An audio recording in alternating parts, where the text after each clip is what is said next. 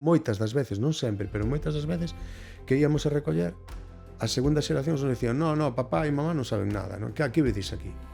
E agora que volveron ata os oasis, non hai posibilidade de que volva a haber Roueto?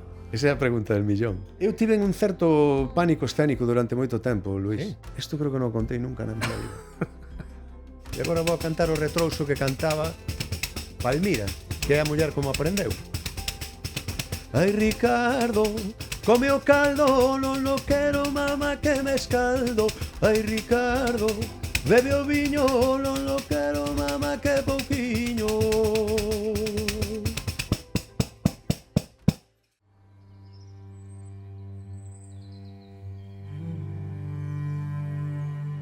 Cámaras. Presentación, toma segunda. O noso invitado de hoxe é un xénero en si mesmo. Cantante, pandereteiro, acordeonista, bailador, gaiteiro, investigador, activista da lingua e da fala. Se se achegase un apocalipse e só tivésemos a posibilidade de salvar a unha persoa, que el fose o elixido, seguramente garantiría a pervivencia de toda a nosa tradición. Xa sabemos que houve outro Tambourine Man anterior, pero non é o mesmo ser un Tambourine Man de Minnesota, por moito premio Nobel que teña, que ser Tambourine Man en terra de pandereteiras. Hoxe, aquí connosco no vagón, Xavier Díaz.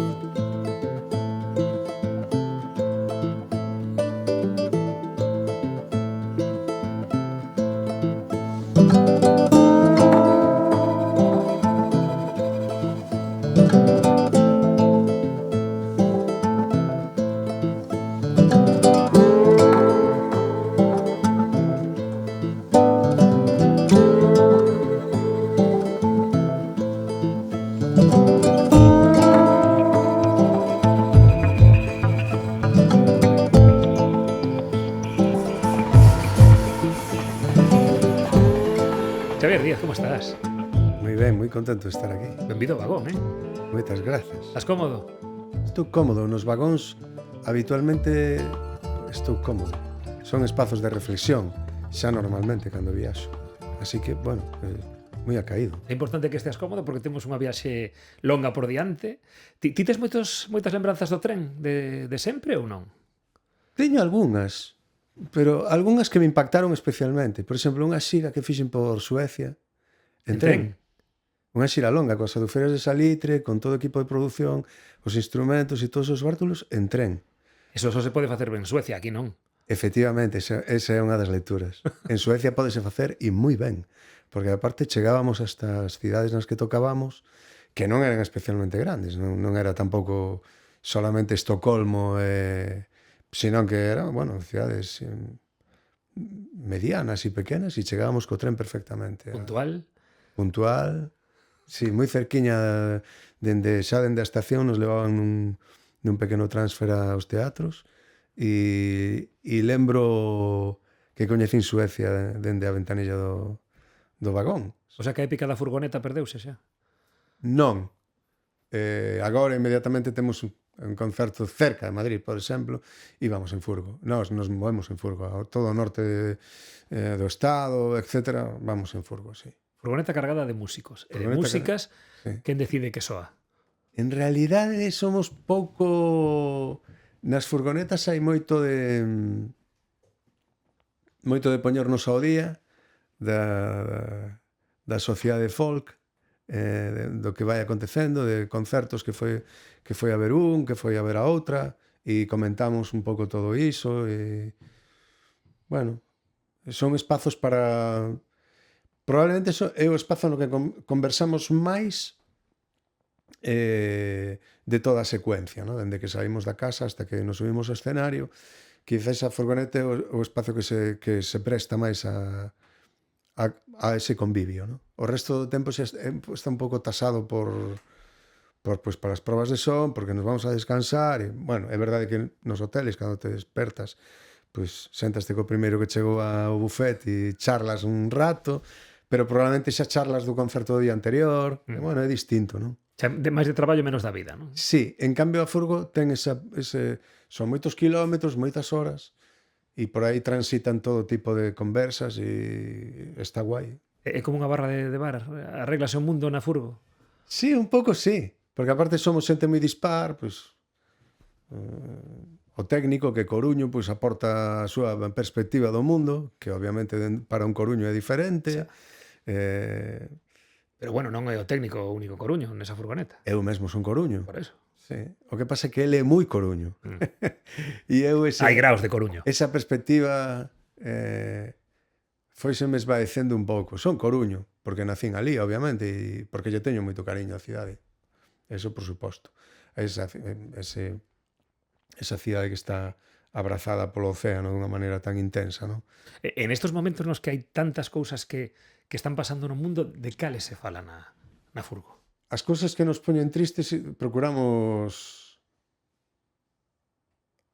acotalas. Eu creo que falamos ao principio de todo, cando nos subimos, da actualidade máis rabiosa, pero, joder, nos, aparte de transportar instrumentos, temos que levar, nas furgos temos que levar unha doses importante de optimismo, enerxía, de bo rollo, porque cando chegamos aos lugares, o noso cometido é intentar axudarlle a xente a sentir cousas positivas, non, ou agradables.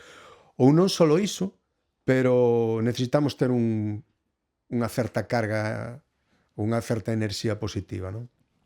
Entón, claro que falamos de moitas das cousas que pasan que nos superan e nos siguen superando día a día.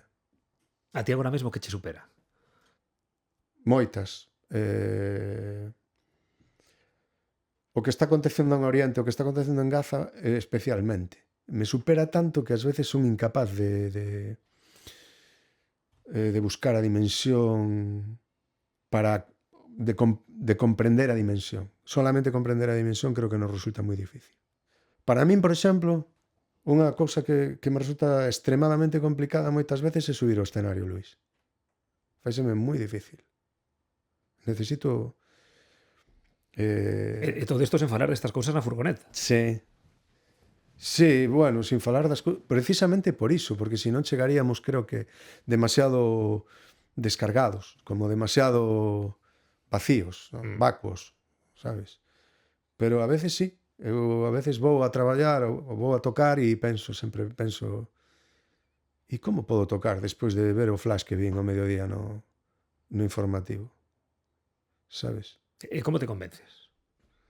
Cando ven esa dúbida, cal é o detonante que dice, teño que subir igual? Creo que os que nos dedicamos á música e ás artes en xeral nos encargamos de alguna maneira, intentamos cargar a dose na cubeta da humanidade. Entón, se deixamos de botar cousas aí, pois non sei, xa non sei moi ben en que nos convertiríamos. É dicir, creo que ao final prescindir da música, dos concertos ao vivo, do teatro e da literatura nos faría todavía máis indolentes ante unha situación como esa, non? Entón un acaba tendo convencemento de que é necesario que sallamos e que toquemos. É que unha cousa ter ese perfil baixo, consciente, e outra ser indiferente. Sí, totalmente. Aquelo de política no. Sí, non? Separar autor e obra, non mestures política e deporte, non mestures política e música, non mestures política cando a política está en todas partes. Absolutamente. E ademais eu creo que cada vez fai falta máis. Que é un erro que comprobo nos últimos tempos por parte por unha parte moi importante da sociedade, que incide periódicamente en esa historia de política no, pero política no. E cando falas con un paisano se di, bueno, eu tal, pero política no. E digo, pero por que non? Política sí. A política é a que nos ordena. Naceu para ordenarnos. Todos decidimos unha maneira de facelo. Bueno, digamos que se nos deu feita unha parte dela, pero si decidimos un xeito de máis ou menos organizarnos, etc. E iso é a política. Entón, prescindir dun xeito de organizarse e de estar socialmente organizados, dende o meu punto de vista, é unha equivocación. Creo que o que fai falta é máis política, cada vez máis política. Ti medraches nun entorno politizado? Sí. Sí, medrei nun entorno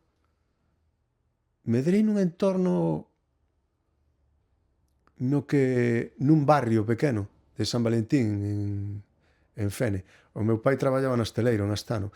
Así que medrei nun entorno moi guapo, moi bonito, porque vin como se creaba unha como como funcionaba e como se creaba tamén, e como nos medrábamos nese entorno social, e era moi bonito. A miña vivencia foi moi bonita.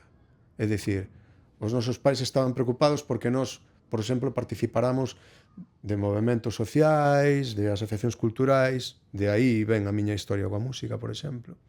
Porque naquel momento no entorno das cidades había, estamos falando dos tardos 70s e principios dos 80, había moitos problemas coas drogas, entón a maior parte dos nosos papás e as nosas mamás procuraban que estivéramos Entretidos. eso que se dice, é mellor que este entretido, non? Que mellor aí que delinquindo, sí, Claro. sí. E no noso caso, pois nos tiñan entretidos coa música, co deporte, e medrei nese entorno. E tamén medrei nun entorno no que os traballadores do hosteleiro, que eran os que vivían no barrio, pois puxaban, purraban, protestaban e se preocupaban polos seus dereitos como traballadores, que ao fin e ao cabo eran dereitos que beneficiaban a sociedade e as familias en particular. Era un momento de loita por liberdades, pero era un dos epicentros desa loita, onde ti estabas. Supoño que deso non es consciente e que ata sacado dese entorno podía parecerche que era o normal, non? Bueno, eu creo que cando morreu o dictador eu tiña 10 anos, me parece. Que é un dato importante, decir, eu vivín 10 anos de dictadura. O sea, que terías 7 aproximadamente cando morreron Amador e Daniel. Efectivamente. Teño impactos, e sobre todo impactos posteriores, porque papá foi sindicalista e porque, bueno, porque xa me contaron na casa as carreiras de antes dos grises na Ponte das Pías eran algo que a min non me sonaba raro. E o que pasou con Amador e Daniel tamén, claro, en Ferrol. Sí. Foi intenso, eu era moi pequeno. Pero sí. Por iso digo que política sí, a política está para arranxar cousas, non? Para que todas e todos vivamos mellor. E dese barrio saiu xente que fixo carreira, non na música. Sí, pero bueno. Sí, lembro, claro, lembro porque éramos veciños. Eu teño que dicir Pero quen, que ainda non dixeches quen? Bueno, teño varios veciños Por ilustres. eso, seguro que hai Uns máis, cuantos. seguro que hai máis de unha. Sí. Uns cuantos. Eu supoño que os teus tiros van por Yolanda Díaz. A ver. Yolanda era veciña, sí, de a mellor 4 bloques. Ali aquelo era un barrio obreiro, foi unha cooperativa na que os obreiros foron comprando os pisos, non? Bueno, crearon unha cooperativa e todos vivíamos así de unha maneira moi un pouco soviética. Os edificios eran iguais, había un economato e todos comprábamos as mesmas roupas, así que íbamos vestidos de unha maneira moi parecida. Mira, como agora, que todo o mundo tamén vai vestido igual. Non hai forma de distinguir os adolescentes. Efectivamente, E non é soviético. efectivamente. Non ves, ao final acaba tendo esa vista tamén de Sí, o que economato. Claro, pero o que pasa é que ao final o que leva o negocio non ten unha cooperativa.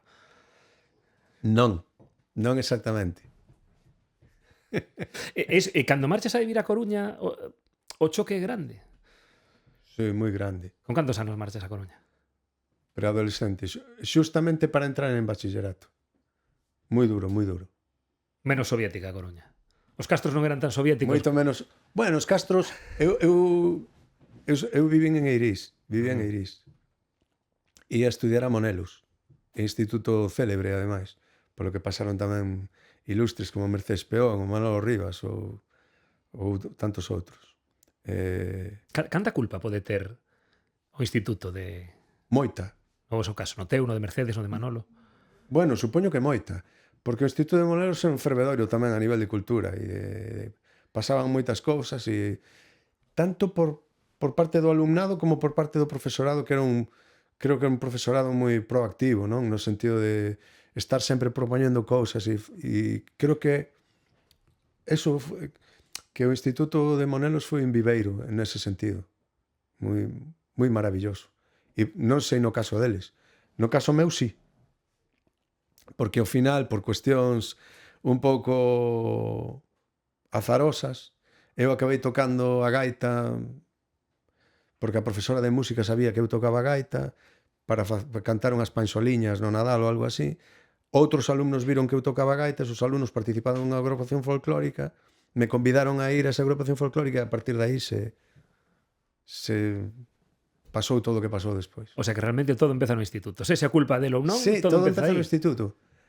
Despois desas panxoliñas coa gaita, que gañei un concurso ou algo así, me regalaron ademais un par de discos de Vivaldi, creo recordar, ou algo así. Moi de gaita de tamén, vinilos, sí, moi ¿no? de gaita. E me asaltaron un par de alumnas e alumnos que na cafeta do instituto.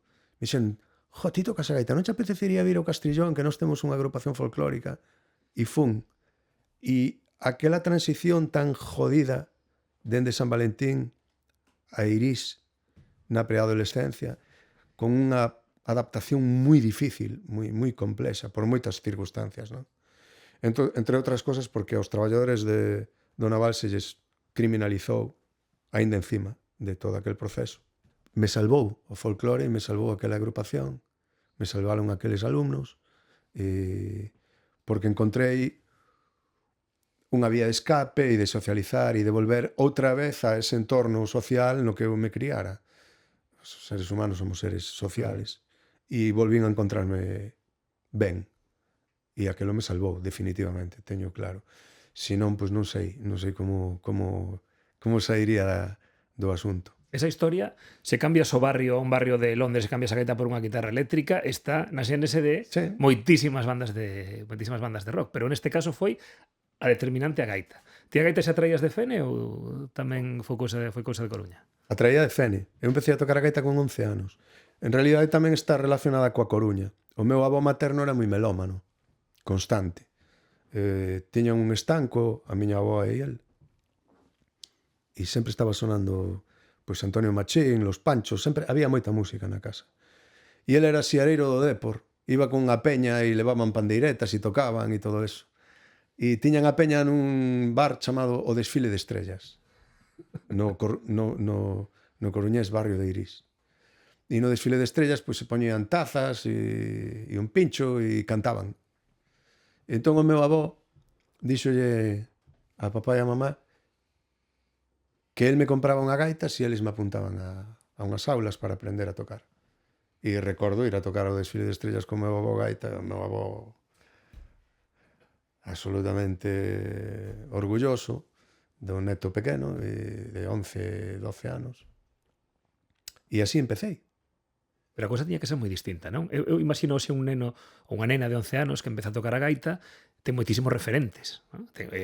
Ou calquera outro instrumento da nosa tradición. O sea, non digo se quere empezar a tocar a pandeireta, pero ti cando empezas en aquel momento con ese instrumento tan estéticamente extraño, incluso como é a gaita, para ti que supuxo? Formaba parte da tua vida ou era algo que chegaba de repente sin saber como? Chegou dunha maneira, sí, sen eu non tiña referencias, nin na casa prácticamente non as tiña, é dicir, non tiña ascendente, nin tiña ninguén na familia, nin... E de repente chega un instrumento, ao principio unha primeira dificultade ao principio de todo, pero xa inmediatamente me engancho. E éramos 20 ou 22 rapaces e rapazas e eu era dos que me enganchei, realmente. É dicir, éramos 3 ou 4 que tiñamos un nivel xa de dependencia daquelas aulas e do propio instrumento moi pronto. É dicir, daba moito a tabarra na casa, tocaba moito, me gustaba especialmente, sí. E é verdade o que dis de que non tiñamos os referentes que hai agora, pero tiñamos outros, Cales eran? moi pronto, Milladoiro, por suposto. Así que Nando Casal e Pepe Ferreiro se convertiron en astros.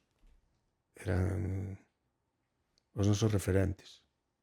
Sabes, eran xigantes. Que para un neno de 12 ou 13 anos víamos absolutamente agrandados no escenario e que facendo algo maravilloso. O sea, que pudeches velos así tan novos, Sí, claro. Ademais, se dá a circunstancia que os meus pais eran moi melómanos. E no entorno, todo aquele entorno da cidade de Ferrol, aparte de ser un entorno que había unha especial querencia pola música, había bastantes festivais, pois Moeche e outros tantos, e o menú era Milladoiro, Fuxen os Ventos, Saraivas, Amancio Prada, etcétera, etcétera. Entón, eu Mira ti que con ese entorno pensaría que terías que escoitar cantautores a patadas, pero non. escoitaba iso. Escoitaba iso. Eu escoitei aí ben o maio de Luis Emilio Batallán, probablemente con 12 ou 13 anos dunha maneira compulsiva. E con 10 anos ou 9 anos, pensei esta semana, recordo perfectamente, que escoitei o segundo, en realidade, de Amancio Prada. Con 9 ou 10 anos. O que está dedicado a Rosalía de Castro. Sí, que é un álbum, bueno, Non é para nenos, digamos, non? que non parece que sexa para un neno de 9 ou 10 anos. Dixen yo a Amancio Prada, por suposto. E que o escoitei moitas veces en directo, sabes? E na casa non decían que fai este neno vendo estas cousas en vez de estar vendo... Non, despois empezaron Naquela época que sería Teresa Raval. E que na casa me levaban.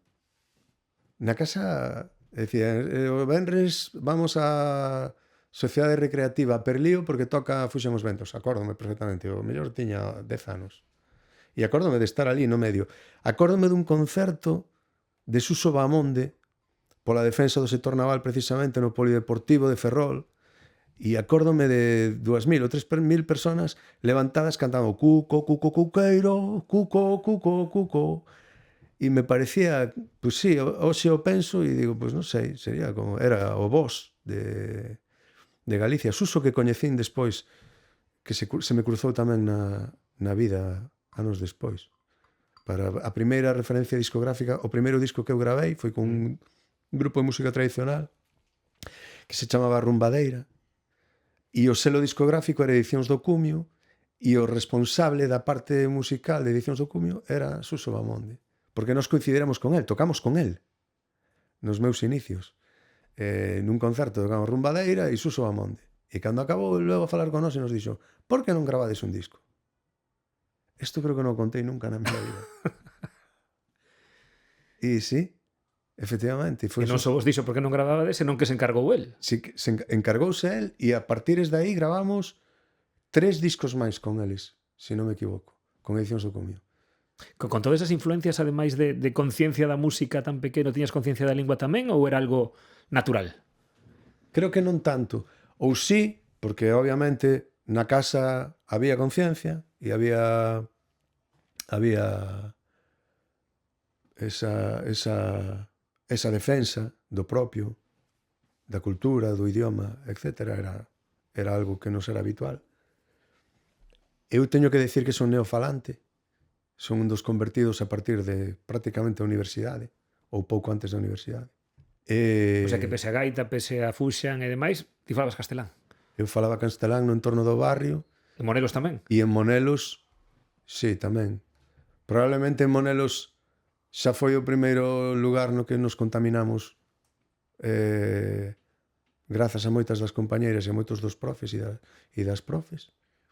Pero e xa logo na universidade grazas a moitos, sí, moitos compañeiros e compañeras que me fixeron tomar a decisión de convertirme. Na universidade en arquitectura? En arquitectura, sí. É máis, lembro que o refrendei de alguma maneira ou que fixen aquela promesa baixando ao Rexistro Civil na Coruña para cambiar o meu nome. Porque eu era Javi el del Estanco. Javi el del Estanco. De feito, se vou a Iris, hai algunha xente que se asome e me di Javi! E un día baixei, non sei, tería 18 ou 19, cando puiden, supoño. E baixei e cambiei o meu nome galeguiceino. E lembro que me dixo tipo, pero mira, e por que faz isto? Dice, porque sinto que teño que facer agora e que é necesario que o faga, por min. E pono con B, como dicen os argentinos, con B larga. E de Javier del Estanco a Xavier Díaz. A Xavier Díaz. Se tiramos do tópico, nos deixamos levar polo prexuízo, a arquitectura en Coruña non parece o sitio máis acaído para desenvolver este tipo de conciencia. Joder, para min foi un lugar, por unha parte maravilloso, porque coñecín a moito, os meus compañeros eran casi todos de Lugo, ou unha parte moi importante eran de Lugo, moitos da Mariña e outros da cidade, non todos, pero bueno, igual, eran todos galegofalantes, obviamente, eran uns tipos cos que me gustaría reencontrarme con algún a posteriori en algún concerto, creo que en Madrid, con un da Mariña que me dixo que ben fixeches en deixar a arquitectura, sabía? El tamén a deixou ou... No, díxome, cando licenciamos, despois veo aquela crise da construción e tal, foi un desastre. A ti vexote tocando a pandeireta, ademais, feliz.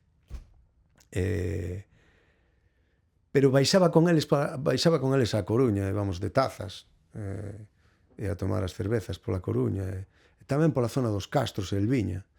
Todavía buscábamos as tascas nas que había... Éramos un pouco maiores para o noso tempo, ahora que o penso. Bueno, con 9 anos coitabades a Fuxemos Ventos, a ver? Sí, tes razón. Así que íbamos ás mellores tascas da Coruña a tomar as tazas. E que foi máis sorpresa na túa casa? Que deixases de ser Javi por Xavier ou que un día deixases de ser o futuro arquitecto para ser o pandereteiro? As dúas cousas. A primeira non provocou demasiado cisma, simplemente me preguntaron, pero creo que de alguna maneira que lles pareceu unha idea bonita, non? Ao final, os meus pais sempre tiveron esa pulsación, non?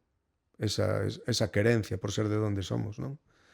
Así que en un momento determinado o teu fillo, cando cumple 18 anos ou 19 anos, decida cambiar algunhas cousas na súa vida, pois está ben, non?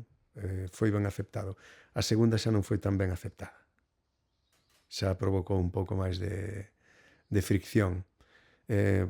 Porque creo que a maior parte dos pais e das nais do mundo pensan que a universidade é unha especie de ascensor a unha vida mellor ou algo que vai a resolver o teu futuro dunha maneira máis ou menos solvente. Así que aí, bueno, o grado de aceptación foi moito menor. Cantos discos tardaron en superarlo? A ver. Se o superaron xa? Uns cuantos. Supoño que agora sí, que o superaría. Supós. Sí, supoño que... Quero pensar que sí. Pero bueno, eu vivín con iso. Con ese reto tamén. E iso metía presión? Sí. Bueno, eu estaba determinado. Eu sabía que a miña vida, para ser unha vida plena e feliz, tiña que ser así. Non chegou un momento no que na universidade se me cruzaba a música permanentemente, non me deixaba ver os cálculos, nin a álgebra, nin nada. Así que... Por moito que digan que a matemática é música, non. Non. O único que creo que me quedou da arquitectura é unha certa orde para facer as cousas, sabes? Unha certa capacidade para estructurar todo o que ten que ver coa miña profesión e coa música, non? Pero non, eu son apaixonado da música e a música ocupaba a miña cabeza e o meu pensamento nunha porcentaxe que non me permitía facer ninguna outra actividade, xa non digamos con plenitude, pero sobre todo con disfrute. Creo que foi a mellor decisión que puiden tomar na miña vida. E cando tomas? Acórdase de cando dis ten que ser? Estaba en segundo ou algo así e vin que, por unha parte, que a carreira non aceleraba, que me costaba moito traballo, e por outra que a música que formaba parte da miña a música e o folclore en xeral. Que facías naquel momento, musicalmente? Naquel momento eu estaba en Xacarandaina, que era unha agrupación folclórica da Coruña, e as fines de semana ian a facer grabacións, traballos de campo por aí polas aldeas, non? Ya estabas recollendo.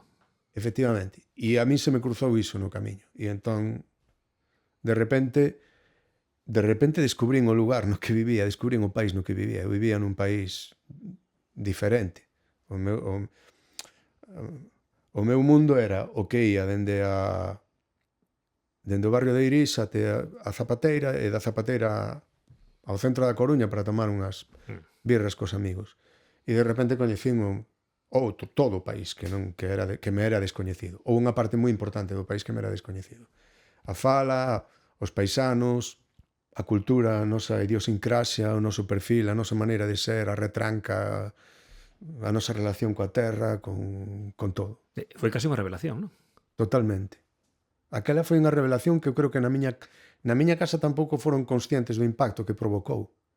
Probablemente por iso tampouco entendían unha decisión tan disruptiva como deixar os estudios, non? Pero foi tremendo. De repente eu dixen, pero para que vou ir eu a escoitar a un especialista en materiales de construcción contarme unha historia se cada fin de semana estou saindo a escoitar a 5 ou 6 catedráticas e catedráticos que entenden todo o que nos rodea e as cousas máis fundamentais que atinxen aos que vivimos e as que vivimos aquí. E empecé a escoitalos ata hoxe. Non deixei de escoitalos nunca máis. E era un mundo que se estaba desaparecendo. Quer dizer, parecía que ibas... Habería que che diría, vas contra o progreso, non? Cambias o cemento por todo aquilo. Sí. Non sei quen dixo soy máis del regreso que del progreso. Pois sí. Esa frase hoxe en día dá moito medo, noutros ámbitos, digo. Sí, pero hai que contextualizala. Hai que contextualizala. E buscándolle un certo contexto, unha certa dosis de regreso a algunhas cousas non é mala. Era como cando Isaac Díaz Pardo se definía como conservador, pero nese bo sentido. Efectivamente. É que semánticamente, e sobre todo cando faz unha entrevista, hai que ter moito cuidado coas cousas que dis. É certo. Para non ser prisioneiro delas, pero certas doses de regreso son necesarias. Regreso para lembrar de onde vimos, que nos legaron cousas maravillosas coas que podemos facer hoxe cousas diferentes, por suposto, pero que todas esas referencias é importante telas presentes e moitas veces non as temos presentes. Imagino que daquel mundo no que ti empezaches a recoller, pouco queda. Catedráticos e catedráticas estamos quedando sen eles, pero non sei o seu propio contorno, o seu propio entorno vital, se sigue existindo como tal. Mantense? Ou volvemos cara a él? Quedan bastantes máis dos que pensamos. É verdade que aqueles que coñecemos, pois moitas e moitos deles xa non están, non? Morreron. Pero quedan bastantes. Unha das cousas, por exemplo, que me están sorprendendo moitísimo últimamente, neste ano eu subín unha colección de vídeos daquelas grabacións a internet, non? Ás miñas redes sociais. Moitas e moitos dos descendentes de todos esos paisanos que aparecen nos vídeos se puxeron en contacto comigo porque descoñecían que os seus avós, as súas tataraboas, tocaban, bailaban, regueifaban, etc. Non? Porque esa transmisión rompeuse. Efectivamente. E me pareceu tremendo. En ese sentido me pareceu algo... Por unha parte me provocou unha alegría moi grande ter ese patrimonio para decirles, tomade, este é o voso álbum familiar. Mirad o que facía aí María. E cantas cousas sabía, cantas coplas sabía, o divertida que era e o simpática que era. Por outra parte, me poñía triste porque dicía, como pode ser que non souberan iso? Ou que non lles contara a alguén todo iso, non? E iso tamén ten que ver con esa sorte de autoodio no que ás veces incidimos aquí, en este país, non? E que nos pasaba cando moitas das veces, non sempre, pero moitas das veces que íamos a recoller, as segundas xeracións nos dicían, no, papá e mamá non saben nada, non? Que vedes aquí? Sabes? Como por unha parte negando iso e por outra parte sospeitando que íbamos a, non sei, se a mofarnos ou en aquel tempo a xente tampouco era tan consciente do que íbamos a facer, non? Así que probablemente unha xeración importante de xente viviu de espaldas a ese patrimonio tan inmenso co que convivían, que estaba na súa propia casa. E iso é tremendo. Ao longo de todos estes anos tiveches que ver cambiar e moitísimo o panorama da música tradicional. Eu non sei se en algún momento foi tan vivo, tan rico como agora. Houve momentos moi chulos. Aí, bar pa casa. Houve momentos moi bonitos. Pero ti crees que houve outros momentos que sí, igual de ricos? O que pasa é que igual non tiñan esa proxección que teñen agora? Creo que o mellor o que non tiñan o impacto social porque non existían, por exemplo, as redes. Xa. Pero o impacto tiñan. É dicir, O momento de eclosión da gaita con Núñez, Berrogueto, Susana, Cristina Pato, etc. Eso foi un pico. O propio momento que falaba antes dos Fuxan, Milladoiro, o Cerne, cando estoupou todo aquelo, eran fenómenos importantísimos. Antes, concertos absolutamente multitudinarios, sabes? Entón, bueno, estamos vivindo un moi especial, sí, é verdade. Pero creo que tamén os houbo xa no pasado ben importantes. E que crees que caracteriza este? Probablemente que convive fundamentalmente co tempo das redes sociais, fundamentalmente. Esa é unha ferramenta de expansión brutal. E ti que parte de culpa crees que podes ter en isto? Porque ao final ti seguramente sexas para moitos e moitas delas o que eran partidos Fuxan, os Milladoiro. Igual é o momento de non poñerse modesto. Mira, sonche honesto. Sinto o respeto e o abrazo de toda a rapazada, e eu tamén os abrazo a eles desde aquí. Sinto o seu respeto. O sinto. Permanentemente, ademais. E demóstranmo, e para min é un regalo, e estoulles moi agradecido. Pero, por outra parte, eu estou moi vivo, síntome todavía moi en plenitude, con ganas de facer moitas cousas. Entón son incapaz de saírme fora do corpus de todo o que está pasando para velo, sabes, dende un outeiro e decir, joi, ali vai a música e mira como, pa onde van agora, isto é... Non, vexo que todavía estou aí, sabes, que teño unha certa pulsación, que teño ganas de continuar facendo, e estou aí con eles, que eso é importantísimo. Pero ademais é textual o que dices, é dicir, estás aí con eles. Non? Sí, estou aí Cantas con veces eles, te chaman, compartides... compartindo palco con todos eles, con Mondra ou con todos, con Tanxugueiras, é dicir, vémonos. Todavía coincidimos en algún concerto. E algún deles ainda se lembrará de que o primeiro pase xa lle eches ti. Bueno, como digo, non me gusta demasiado... Xa o digo eu. Porque ademais o primeiro pase... Bueno, pero igual probablemente que ti te pase... lembras do de Suso Bamonde, Sí, ¿no? O primeiro pase desta xeración, desta que está ahora estoupando, dino eu, pero que tamén o deu Leilía, e tamén o deu Mercedes Peón, tantas outras, non? Entón, bueno, insisto, síntome moi agradecido e moi querido tamén, sobre todo iso. E agora que volveron ata os Oasis, non hai posibilidade de que volva a Berrogueto? Esa é a pregunta del millón. Non teño nin idea. Non... Se eles queren, supoño que poderán volver. É dicir... Terceira persoa outra vez. Bueno, eu deixo a idea aí que os Oasis andan enchendo estadios e nunca se sabe. Teño que confesarche que xa se nos tentou algunha vez. Se o fan e te chaman, vamos, se se dan todas esas circunstancias... Eu sempre vou estar con Berrogueto porque forma parte da miña vida. Máis que nada porque se non vas arriba vas a estar abaixo. Sí, tamén sería super bonito estar abaixo. O que decidan, cando decidan, vai estar ben. Por ahora, o único que vamos decidindo é tomar un par de botellas de viño cada ano antes de que acabe o ano. Vémonos e compartimos un pouco, pues, algunha anécdota, algún recordo. Xa non é pouco porque os Gallagher non facían iso antes de Sí, reencontrarse. Sí. Imos mirar cara atrás, porque teño aquí unhas cantas fotos e vídeos, se a tecnoloxía non nos la xoga, que podemos ir vendo xuntos e que quero que me comentes. Sí, aquí hai cousas... Mira, vou empezar por Carlitos. Carlitos de Cuéntame. ¡Wow! Esa é no salón da miña casa en San Valentín, en Fene, tocando unha bella guitarra que tiño o meu pai. Esa guitarra de papá.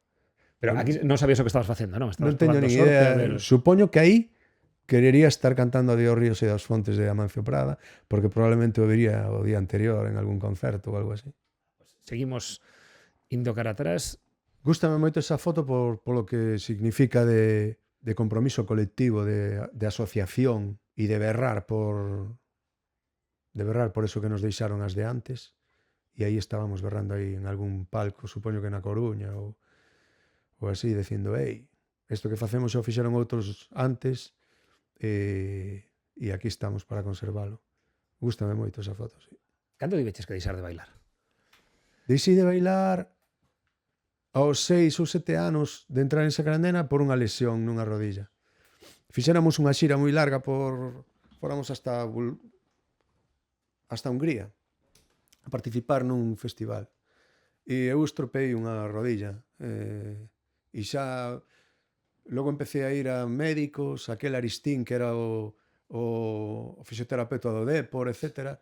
E me daban algúns tratamentos e tal, pero me decía que si quería seguir bailando dunha maneira pseudo profesional tiña que operarme e tal, e entón en aquel momento decidí deixar de bailar. Foi unha paixón moi grande para min bailar, sí. Que non moita xente o sabe, pero sí, unha paixón importantísima. Aquí está anterior ou posterior? Uau, esa é a primeira actuación de Rumbadeira. Este grupo que che digo que descubriu Suso Bamonde nun concerto con el, e eso é nun palco de Meixigo, en Cambre, cerquiña dunha casa que teñen os meus pais, e aí debutamos. Íbamos vestidos como de época, e eu son o do tamboril. Que lembras do primeiro concerto? A verdade é que moitos nervios, fundamentalmente. Sí. Pero hai algún momento no que dis, sí, isto é o que... Ui, eso foi moito máis tarde. Sí. Moitísimo máis tarde, sí. Cando dixeches aquel día non pensaches en que... Eu tive un certo pánico escénico durante moito tempo, Luís. Sí, despois conseguín curalo, pero durante un tempo non o disfrutei. De feito, eu pensaba que a miña relación coa música non ia ser en primeira con ese grado de exposición, porque o pasaba moi mal. É dicir, onde te vías ti? Na docencia, como estuve en moito tempo, por exemplo. Ou na composición, pero non na boca do escenario. Eso tiven que traballalo. Bueno, a ver que atopamos aquí. Uau.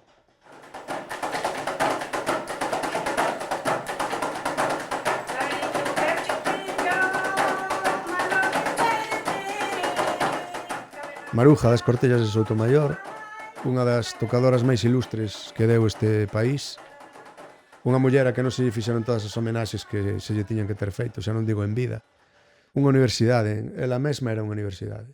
Probablemente este instrumento poida ter todas as vidas que ten agora e posteriormente grazas a ela, porque foi unha das últimas tocadoras vivas que coñecimos e porque tocaba de unha maneira extraordinaria, excepcional. O adufe. O adufe, sí. O adufe que dá nome ás adufeiras. Correcto, sí. Se non fose por Maruja serían as pandereteiras de Salitre ou...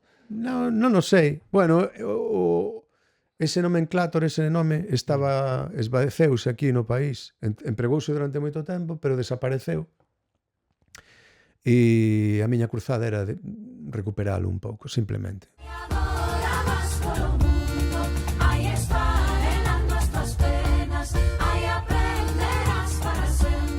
Volviches a bailar, Últimamente volves a bailar nos vídeos. No escenario sempre tes ese momentiño, pero hai algún outro vídeo recente no que se che ve volver a bailar con moitas ganas? Bueno, tiña ganas de volver a bailar. Era como recuperar tamén un pouco ese espírito, non? Daqueles anos en Sacarandaina e de alguna maneira tamén de recoñecer o que eu fun, de onde veño, e tamén de alguna maneira mandar unha especie de gratitude ou de agradecemento a todos os que bailan e a todos os que bailan por aí, por todo o país, en todas as agrupacións pequeniñas, os venres, as 8:30 da tarde, que os van a levar ali os seus papás e as súas mamás, e van ali todavía a bailar na última aldea do país. Hai unha agrupación, un grupo folclórico, e ali van a aprender. Tamén os que bailan espontaneamente nos concertos, etc. Bueno, ese hai que falar as adufeiras, hai que falar do vosso traballo. E de xente que baila, por certo. Bailadora que bonita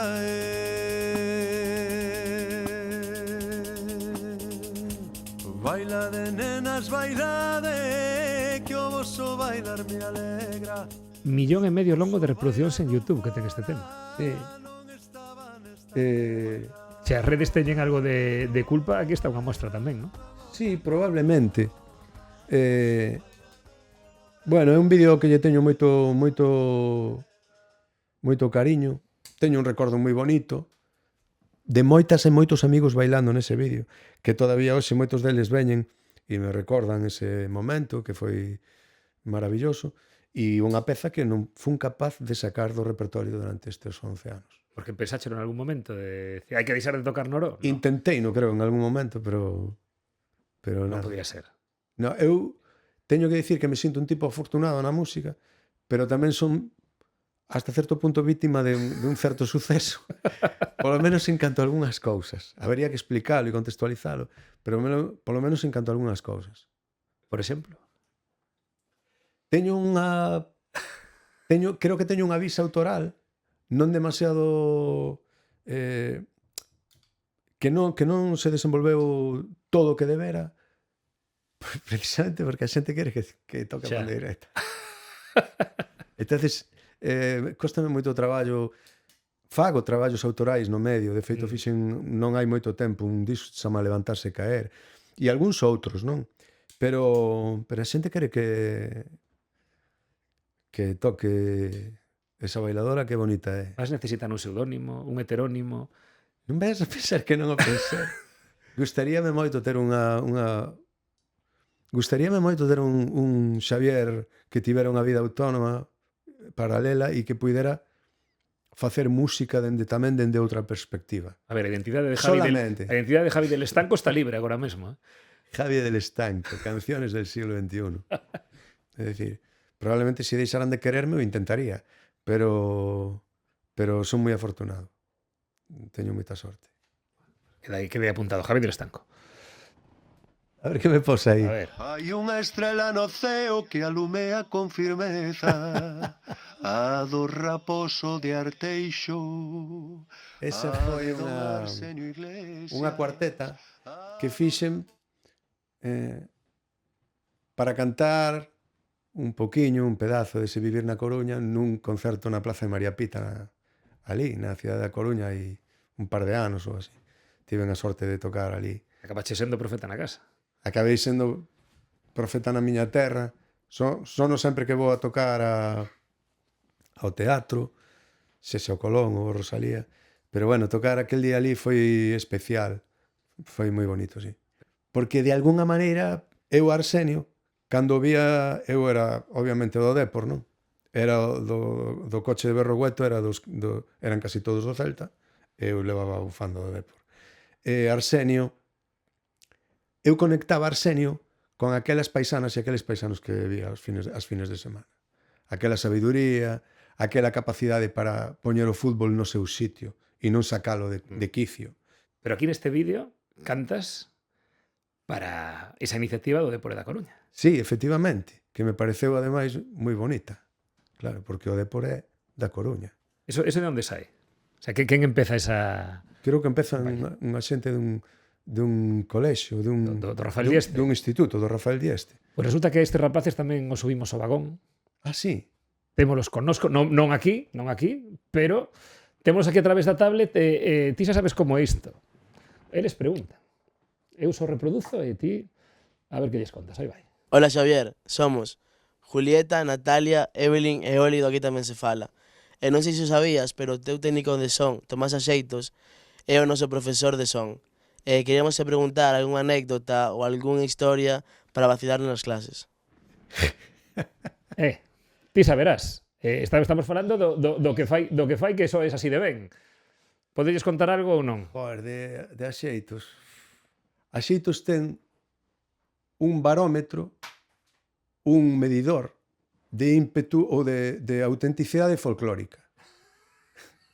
Patentado por él.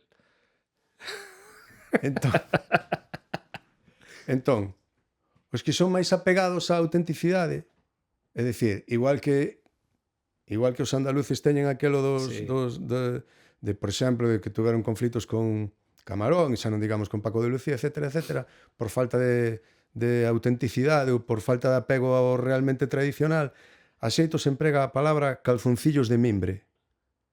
É dicir, os máis apegados á tradición e os máis puristas son os que gastan calzoncillos de mimbre. Ti levas calzoncillos de mimbre ou non? Bueno, a veces... Que dito máis? A mí non me rascan demasiado. No, os meus non deben ser de mimbre. A ver que máis se preguntan aquí. E a quen lle farías un bif ou unha cantiga de escarnio e maldicer? A quen lle tirarías bif, dice Díaz? Pregunta aquí a rapazada. Bif. Bif, tirar bif ou facerlle unha cantiga de escarnio e maldicer que máis o teu rexistro? Polo grado de enfado, podería facerlo a moita xente, pero non sei. A Netanyahu e detrás von der Leyen, ou diante von der Leyen, non sei moi ben. A calquera dos dous. E a miña pregunta é donde a pasabas cando eras adolescente na Coruña? Donde la pasabas cando eras adolescente en Coruña? Pois non a pasaba moito, porque en realidade cando os meus colegas la pasaban, eu andaba Recollendo. coa grabadora por aí polas aldeas. Entón, os meus colegas sempre decían, pero Javi, pero que andas por aí? Que andas haciendo por aí polas aldeas, hombre? Pero vas a ver a los viejos por aí e todo eso. E eu les decía, sí, nenos, vou a ver aos vellos. Entonces, Más bien, pasaba la fora de Coruña. de todos os xeitos, cando saía pola Coruña, fundamentalmente ia pola zona dos viños. Fundamentalmente pola zona dos viños. Bueno, imos coa última, que nos quedaba aí unha cuarta preguntiña. Escolle unha. Gaita ou guitarra? Gaita ou guitarra? Sí. Escollo pandeireta, claramente. Estaba claro. Empezaches pola gaita, bailaches, pero cal foi o momento no que soubeches que a tua vida tiña que ir pegada a unha pandeireta? Aí en Rumbadeira, en ese grupo do que che falei, tocábamos. Eu tocaba moito con un amigo que se chama Alex Insua e nos gustábanos moito. E cantábamos e tocábamos moito. Tocábamos. E despois eu tive a sensación de que tiña que mellorar, de que, bueno, que era un instrumento que tiña moitas máis posibilidades das que eu creía que eu lle estaba quitando. Así que me puxen a estudiar moito. E a partir de aí, pois empecé a romperme a cabeza con moitas cousas. Primeiro con intentar mellorar os instrumentos, sabes? Este é unha pandeireta 3.0, digamos. Este debería ser o noso instrumento nacional ou a gaita? É o noso instrumento nacional. A pandeireta? Sí, mal que lle pese aos meus amigos gaiteiros. Sempre se enfadan comigo. Non digas eso, Xavier. É o noso instrumento nacional porque construiu fundamentalmente a nosa música. É dicir, en calquera pequena aldea, por 3 ou 4 casas que houbera, había unha ou dúas mulleres que tocaban a pandeireta. E elas foron as que construíron o baile, as que fixeron o baile e as que de alguna maneira trouxeron todo iso até aquí. Claro, pero Así como a que, gaita era masculina... numéricamente, efectivamente, invisibilizadas outra vez por mulleres. A par da pandeireta viaxaron as líricas, que tamén construen unha parte importante da nosa literatura e que nos axuda tamén a comprender el ser gallego, como decía o señor Cunqueiro, é dicir, como somos, a nosa maneira de ser. E dito todo isto, a gaita é un instrumento maravilloso. Pero o instrumento nacional deberá ser a pandeira. Pero a gaita non poderías tocar sentado e a pandeireta sí que algo nos podes tocar. Sí. O que ti queiras, que che pide o corpo? Antes que falaba tanto da miña visa autoral, vou a tocar algo ben recoñecible, entón. Veña.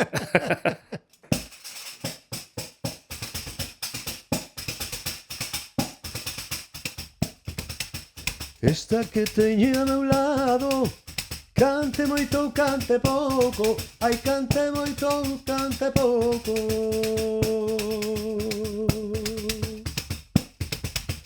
Esta que teño ao meu lado, canta moi ben arreglado, ai canta moi ben arreglado.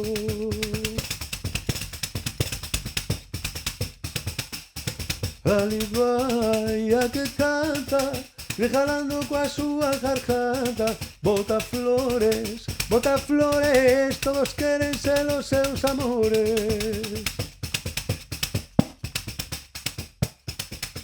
Baila nena, e non pares de bailar, ai, e non pares de bailar.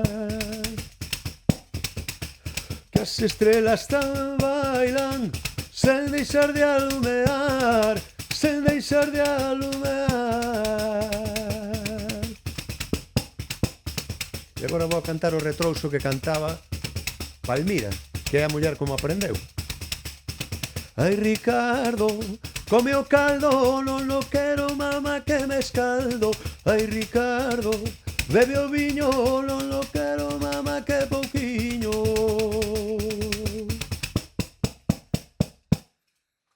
Moi ben. Genial. Despois de todo isto, apeteceche xogar? Sí, Sí. sí, claro. Pois mete a cabeceira, que agora me xera.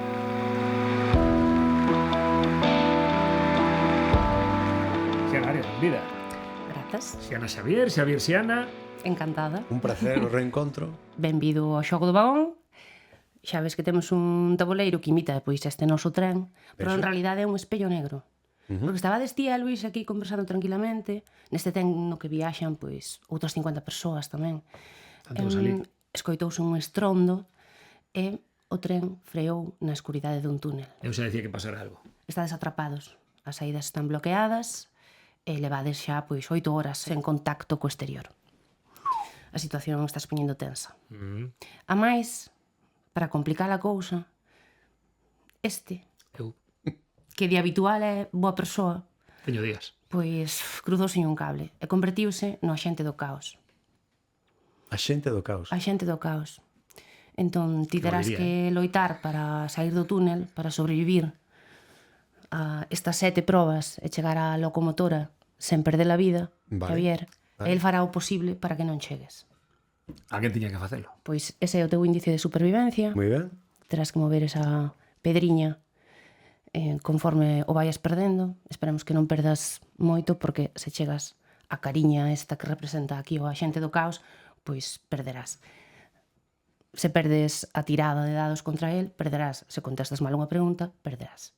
Moi ben. Outorgámosche un macuto, esta é a tua mochila. Moi ben. Nela, pois, esa quedata para ti aí. Aquí, non? Esa é túa, Sí. de momento. Que 3 obxetos queres ter na tua mochila? Tengo un libro, teño que ter un libro. Un libro moi útil para sobrevivir a un accidente de tren. Aí estás axudando, ti en realidad tens que fastidialo. No, eu estou animando. Eu Sí, creo sí. que ademais dun libro debería levar unha libreta e un boli. Vale. Entón, unha lanterna Sí. ou o teléfono. O teléfono, pode ser? Pode ser un libro, unha lanterna e un teléfono. O teléfono xa ten lanterna, vou a pedir outra cousa, entón. Imos considerar que ten batería o teléfono. teño un teléfono coa batería ao 99%. Un cepillo de dentes sempre é moi necesario. No, Non sabes o tempo que podes pasar e o que podes chegar a comer. un bocata. Ti tes un bocata, un teléfono É un libro. e un libro, Xa está. non? Perfecto. Que libro? Non sei, estou lendo a Salgari, pois sigo con Salgari. Por... Moi apropiado ese lío. Sí. Veña. Agora terás que tirar os dados e Vale. se sacas máis puntuación que o xente do caos, deixaremosche todos os obxetos e senón quitarache un. E non vai ser o libro. Tiro. Tira. 13. Moi ben. Peza ben, eh? Sí. Moi ben. Non lle quito os xetos, pero considerando que dos tres un é realmente inútil nestas Que circunstancias, índice de eu supervivencia creo que lle lle podemos outorgas? quitar un punto de índice de supervivencia. Pois Xavier, comezamos o xogo Moi ben. con este equipamento. Colle a primeira carta e vexamos que a donde nos leva. Máis comida. Máis comida. Hai moita xente no tren que non está na túa situación. Hai xente que non ten nada, hai xente que ten, pois como a ti, ou a mellor máis, bueno, cada quen está nunha situación diferente. Sí. Dado o tempo que levades, pois xa aquí estades falando de colectivizar toda a comida e repartila na medida do posible. Ti votas que sí ou votas que non? Sí, eu voto que sí, claro. Sí, vamos a colectivizar Sí, toda a por comida. suposto. Así nos vai. Poñedes toda a comida xunta, entón, pois, xorde a dúbida de se hai que vixiala ou non. Entón, hai garda na despensa ou non hai garda na despensa? Non hai, somos xente civilizada. Vale, non hai garda na despensa. En todo caso, de habelo, querería ser ti ou non? Non. Non. Que pouco futuro lle vexo a isto, eh? Tiremos os dados a ver se Máis vale efectivamente que non veñan hai garda pronto na por eles despensa. porque con esa mentalidade non sobreviven. Bueno, 13 outra vez. 13 outra vez. Está Para que digan está que de 13, para que está de digan que 13. 13 mal número, eh? Mira. Pero estas tiradas, que a xente do caos. O sea, como pode ser a xente do caos É un tirando un caos 3, esta un tirada. 5? Nada. Pero imos remontando, imos remontando. Pois nada, o Xavier co índice de supervivencia a tope, a comida sen colectivizada, pero sen vixiar, seguimos avanzando no show. Vamos aló. Ui. Pregunta. Pregunta. Ui. A primeira liña de ferrocarril de Galicia uniu A Coruña con Vigo, Ferrol con Lugo ou Carril con Cornes. Que difícil. A de Lugo non, porque creo que non está comunicado. Xa. A de Lugo non pode. Será igual. Ainda hoxe. Igual é a última. A Coruña con Vigo, Carril con Cornes ou Ferrol con Lugo. esa de Carril con Cornes seguro que é a trampa, estou casi certo, pero bueno. Igual veranaba por ali Franco ou algo deso. E a mañá un tren. Franco era máis de Meirás. Franco... Sí, está un pouco antes, non? Sí, é un pouco antes, sí. Vamos a dicir... Bastante. Claro, bastante antes. Vamos a dicir esa de Carril con Cornes. Pois moi ben, parabéns. Moitas Foi a primeira. Si xa o levaba no nome. Claro. De todas formas, a segunda foi a Coruña e Lugo. Sí? Non sei que pasou despois con Lugo para quedar para sempre sen tren, pero, sabes? Moi ben. Pedimos tren para Lugo, gracias. Pois nada, avancemos. Realmente esta persoa leva un índice de supervivencia espectacular. Todo pode cambiar, todo pode cambiar. Estou moi contento porque nunca tuve sorte nos xogos de azar, así que... Ti tes un teléfono, pero aquí ninguén ten cobertura, nin rede. E de cando en cando revisas, e de repente hai como 15 segundos, 30, no que che ve unha raíña e dache para mandar unha mensaxe. A quen e que pon, porque é a única que vas enviar. Non agardes por min para cear. É difícil esta. Se non saio de aquí que Berroguato se volva a xuntar. Estaba Un pensando... concerto homenaxe. Estaba pensando en algo Borrade ma- todo, en borrade algo- todo do ordenador, por favor. Estaba pensando en algo parecido. Pero non, non sei. Supoño que é o meu fillo. E que diría? Quero te moito, medre o noso. Que bonito. Pois nada, a ver se chega esa mensaxe. Tira. Tira os dados. Seguimos aí. No 11. Non, non, é fácil, eh? Non ten nada fácil. Sobre todo porque está tirando fatal. Perdón. Pero Críticas ao fan que me veña arriba. os resultados, remíteme. Aí sí, eh? 13. Veña. 13. Esa mensaxe nunca chegará ao seu destino. Que pena. Baixaos un punto no índice de supervivencia, Xavier. Seguimos avanzando. Xa yo digo eu logo, xa yo digo eu. Vale. Chega a Que mensaxe. sorte! Bueno, ese é un comodín. Esa é unha carta comodín. Podes utilizala agora para seguir avanzando ou podes guardala para safar dunha carta que non queiras facer. Que non me mole. Claro, aí tes que decidir si a deixas aí Oh, colocada. Eu vou avanzar. Sí? Sí, sí. Moi ben. Pois, Sigo? claro. Pois acúsante de roubar comida. Porque xusto o que falta do que estaba colectivizado é o paquete de Abelás. Que tes que decir para defenderte? Que teño unha certa dependencia das abelas. Ah, pero comíchelas. Ai, non te vas a defender? No, para que? Teño que recoñecer que fun ali a roer un pouco. O sea, es un tío Que feo. desastre. E o que van fan, expulsan do tren, por o túnel, a escuridade, roubar comida colectivizada, está moi mal, Xavier. Eu creo que Moi se, mal. eu creo que se o explicas en forma de regueifa van te entender. Vaime costar moito traballo.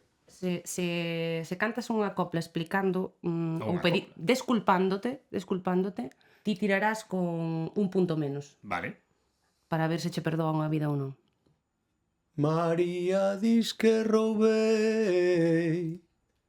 roubei as abelas. Mira, María, no peto, tú telas aí detrás. Vale así? Creo que llevou dar 2 puntos de vantaxe. 2 puntos Sí, de vantaxe. merece. Pois tiremos os dados a ver se a túa supervivencia non vai. Guai. 10. Ui, bueno. 12, en realidad. Claro, 12, porque lle deches 2 puntos. Claro. 10, claro, estos suman 18. Tens de sacar máis de 12. Nada. 11. Mica. No, No, sacaches ti 12. sacaches 10 12 máis porque 12. el deuche 10 máis os 2 de vantaxe que che... dous de Fantástico, vantaxe. fantástico. Estou cerca. Estou. Levas un índice de supervivencia moi alto para, Tiña que para a terlle dado media. un só. Pois seguimos avanzando. Pregunta. Vale. Pois vouche dicir dúas cousas sobre min e vas ter que decidir cal é verdadeira e cal é falsa. A primeira vez que viaxei en tren era maior de idade.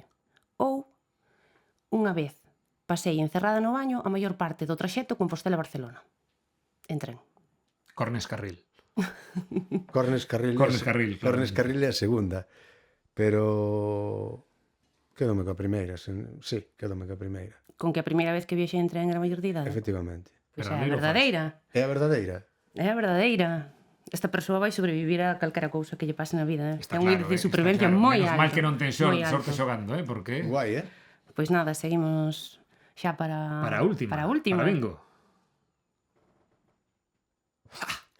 Ese son. Esa é a carta do axente do caos. Pois nada, el vaiche pedir algo, o que el queira, e se non o faz, perdes todos os teus puntos de supervivencia e acabas na carta do axente do caos e, se lle convence, pois deixarate como estás e serás un gañador máis que digno. Que lle vas pedir? Pois a ver, falamos moito antes. Sí, E falamos de moitas cousas. sí. E Xavier contou moitas cousas. Pero... Aquí... Pero eu creo que como que botamos en falta algún momento no que pasases mal. Pero non mal de sufrir desto, non mal así de vergoña. Ese momento da vida no que dis que non me trague o tren e o túnel, terra trágame. Pero na vida? No palco ou fora do palco? Na vida, No palco, na vida. pasou algún no palco? Si no palco pasou algún, sí. Sí. Sí, pero non Escolles sei. palco a vida, sí. Na vida, o sea, non sei, teño que escoller un. Sí. É que na vida paso moitos. Ten que ser moi vergoñento, porque Sí, senón sí, perdes sí. todos os Senón, puntos de ten que supervivencia. ser moita vergoña para gañar a partida. Estamos xogándonos a partida na vergoña. Díaz ti verás. Vou a contar un. No palco ou no fora do palco? Fora do palco. Fora do palco. Eu tocaba en Nova Galega de Danza. Tocaba en Nova Galega de Danza. O noso baterista chamase Miguel Queixas. Un moi bo baterista. Estábamos no Pazo da Cultura de Pontevedra e tiñamos ali unha función, un espectáculo, non? E nós éramos os músicos. Entón eu vino a él entrar no baño. Vino entrar claramente no baño. E fun detrás. E puxenme na porta. Faltaban como 10 minutos. Eu creo que xa deran algunha das sinais de que teñamos que ir a tocar. E entón empecé a petarlle a dicirlle: cagón, tes medo, Cando chega a hora de tocar sempre che entra a cagalera. E petei ali un borrato, el tipo calado, non dicía nada, E saleu un que era do personal do teatro, non tiña nada que ver. Eu levaba ali 5 minutos injuriando e dicíndolle que era un cagón que tiña medo cando salíamos a tocar. Non o tomou a mal. Imagínate como pasei, tío. O sea, non sabía onde meterme. Volve a disculparse con esta persoa dende Sí, é un momento. Sinto moito. Aquela é a tua cámara. Non me acordo exactamente quen eras, pero me pasei 3 pueblos, sabes? Eu sinto realmente. Caga tranquilo. Sí, sí. Non o tomou a mal, ou sí? No, imagínate as risas de despois co resto dos compañeiros. No, o tipo saiu silenciosamente, nin se dirixiu a min, non me dixo nada. Saiu, marchou e eu quedei absolutamente avergonzado. Xa. Pois, Bueno, eu creo que despois dunha cagada deste calibre Sí, ¿no? merece pois parabéns. merece gañar a partida. Xavier Díaz, que Parabéns. gañou o xogo do vagón con Con amplia 5 vantaxe puntos de sobra, de supervivencia. pero isto que Sobrevivirás a calquera apocalipse que veña. é? Poderás sair do vagón, poderás sair do tren e dicirlle eso a teu fillo en Salvar a todas persoa, as non persoas. ten ningún Gracias. problema, comer o bocadillo de zorza tranquilo, Grazas. acabar de ler o libro. Sempre gaño os xogos que non teñen dotación económica, pero polo demais... É De como todas un formas, por como un roubar premio da a crítica Belás ou algo debemos así, de non? ter baixado, sí ou sí. Por roubar? A Belás debemos de ter baixado un na carrega e fase. Bueno, Por lo menos un, sabes? É que cantou, Ainda así sobra Está, un está. perdonaron, non? Sobra Ou un comida bebidas. colectivizada, O recorda. público, pero ninguén se pode resistir a unhas sabelás salgadas Tostadas e e torradas. salgadas. Eu podo entendelo. Moi ben, pois nada, grazas por No, grazas a vos, foi moi divertido. prestarte. Moi divertido, verdad? Pois eso nos queda ao final. Sí? E téndote aquí, tendo aquí a Xavier Díaz non pode marchar sen cantar e sen tocar outra vez a pandereta. Claro, igual que un fontaneiro A cando está nunha pandeireta. casa, nunha festa, sempre lle din ao final, antes de marchar, colle unha chave inglesa e amaña algo por aí. Xavier Díaz, prométoche que se venga algún fontaneiro a ser entrevistado no vagón, vai ter que mirar as villas antes de marchar. Espero que fagades con todos os convidados, porque senón é un agravio para os músicos que sempre temos que... É Pero broma, eu ven por aí unha guitarra. é broma, Sí. Se cadra podemos Veña? Sí. facer un... Animaste con algo que non sexa pandeireta? Sí, Sí? Sí. sí. Bueno, Pois preparamos. preparamos todo e Veña. a ver que pasa. Veña, vamos a Sorpresa, veña.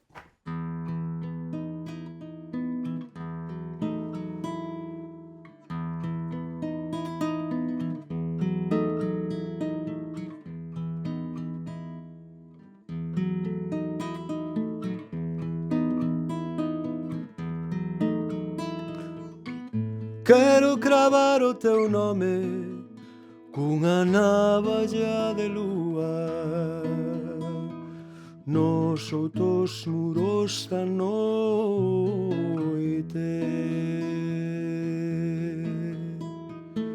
Nun pano cor de limón pon o meu nome no mar, izao no mastro maior.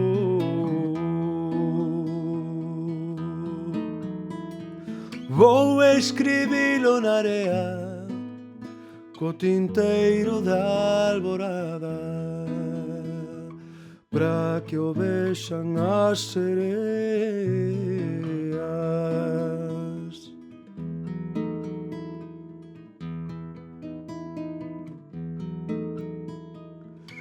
Se o teu nome naufragase, ian saber a vainilla as augas dos sete mares. Con branco fío de escuma vou no bordar na bandeira dunha nau que sae pra Cuba.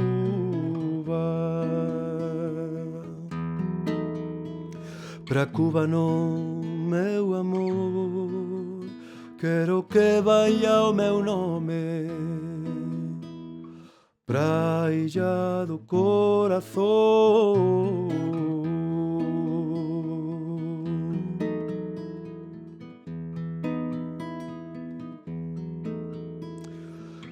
Se o teu nome naufragase, ian saber a vainilla as augas dos sete mares.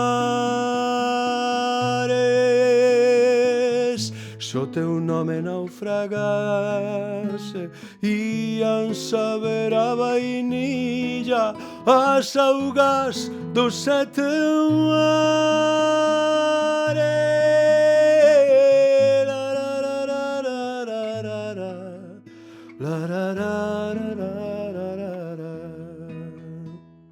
Praia de corazón.